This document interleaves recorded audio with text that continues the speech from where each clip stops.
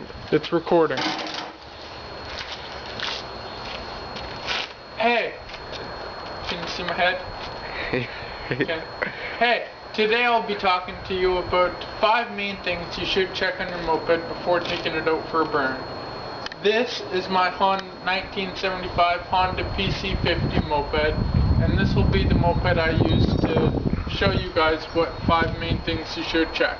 Now the first is the gas, obviously, and this thing has a humongous gas tank on it, 3 liters. It'll get you about 270 kilometers or so on ideal terrain. And to check the gas, a redneck, just shake it back and forth. If you hear a wobble in it or a swoosh swash in it, you're good.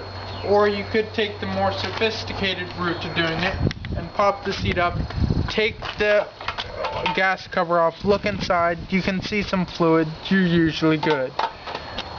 The next is the tires. The tires are pretty basic how to check. Just give them a squeeze.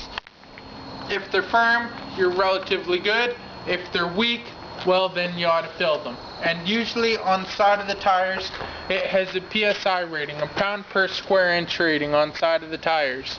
And those tell you how many pounds per square inch of pressure to put in them. And so that's pretty basic.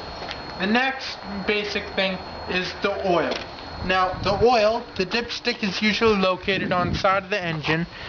And to check that, you just unscrew it, and you see that the oil is about up to the full line on the dipstick, so you're good. If it's below the full line, well then you should fill it back up. Now, the next main thing is the horns and headlight, but to check those, I'll need to fire her up. Now, you need to pedal to get it fired up. It doesn't have no electric start. So that when you're riding and you're running out of gas, then you have 2 legs and a heartbeat so you can pedal home.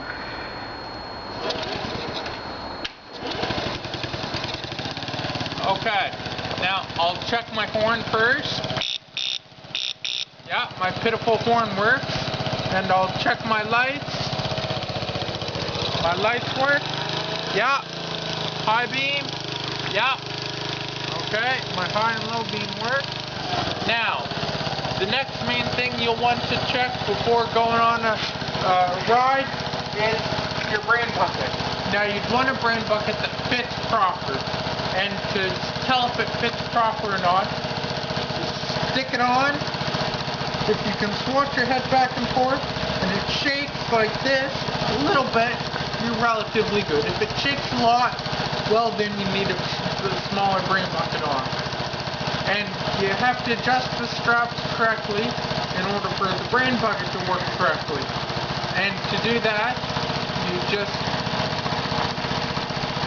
tighten it like this, and then if you can stick 2 fingers underneath here, between your chin and the straps, you're good. And other than that, you should be set for a safe ride. Now, if I may, I'll see you later.